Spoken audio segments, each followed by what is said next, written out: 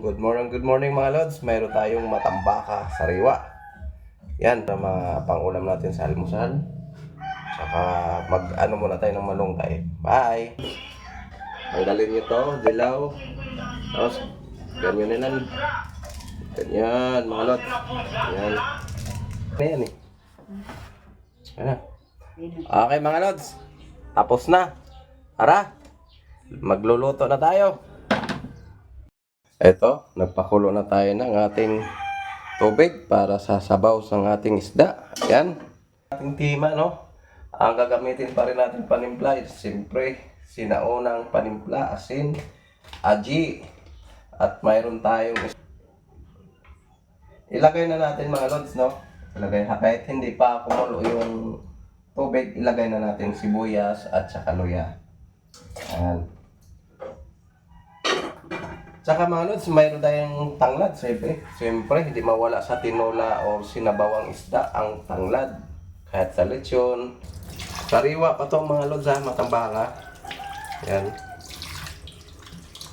Siyempre, hindi ko naman ako pwedeng bibili ng isda na hindi sariwa pag sinabawan. Yan.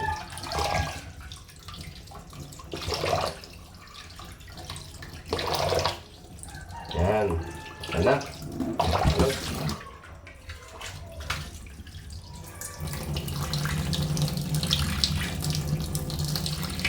Pinabalot. Okay mga lods, titikman na natin ang ating sinabawang matambaka with malunggay. Okay, tikman natin. Okay na to mga lods. Kunting asin. Kunting asin lang. Yan. Okay na. Namit. Masiram na. Okay. Ito ang ating sinabawang matambaka with malunggay. Yan. Masiramon. Yan. Ang ating gamit. At saka yan. Okay mga lods. Ano pang inantay natin mga lods? Tara! Yan mga lods, ang ating sinabawang matambaka. Yan. At saka mayroon tayong gulay na laing. Saka yan. Yan matal kanin. Misis natin. Misis na tupakin.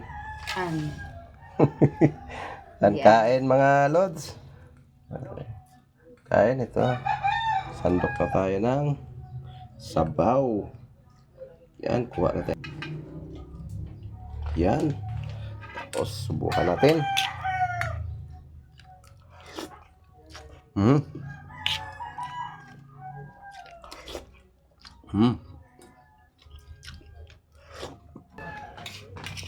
Ang cute namang sumubo ng commander ko.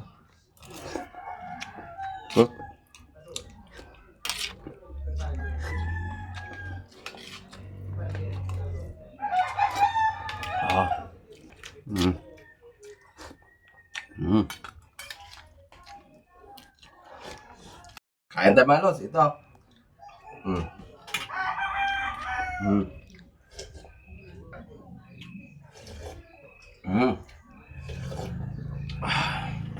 Ito ba? Mataba ka. Kain.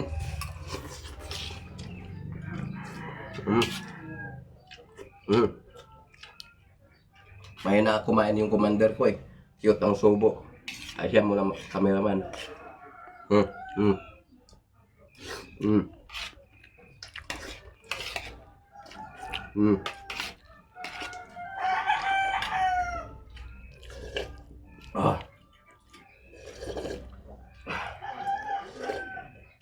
Sarap. Asin tabi eh.